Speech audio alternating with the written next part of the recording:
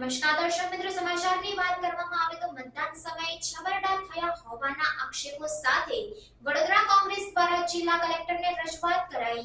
Vadodara Congress city પ્રેસિડેન્ટના પ્રમુખ સહિત અગ્રણી નેતાઓ અને લોકસભાના ઉમેદવાર જિલ્લા મુખ્ય ચૂંટણી અધિકારી ઇલેક્શન ઓફિસર ઓફ વડોદરા કલેક્ટરની મુલાકાતે પહોંચ્યા છે અને અનેકવિધ મુદ્દે રજૂઆત કરી છે। કોંગ્રેસ દ્વારા મતદાર યાદીમાંથી નામ ગાયબ થવું, મતદારના નામે અન્ય કોઈ વોટ આપી જાય તેવી ઘટનાઓને લઈને રજૂઆત કરવામાં આવે છે। વડોદરામાં લોકસભા અને વિધાનસભાની પેટા ચૂંટણીને લઈને મતદાન પૂર્ણ થયું છે, ત્યારે કોંગ્રેસના લોકસભાના ઉમેદવાર જશપાલસિંહ પડિયાર, શહેર કોંગ્રેસ પ્રમુખ ઋત્વિક જોશી અને સિનિયર કાઉન્સિલર ચંદ્રકાંતભાઈ ભથ્થુ જિલ્લા કલેક્ટર અને ચૂંટણી અધિકારીને મળવા પહોંચ્યા છે અને વિવિધ મુદ્દે રજૂઆત કરી છે, સાથે ચૂંટણી તંત્ર પર આરોપો પણ લગાવ્યા છે।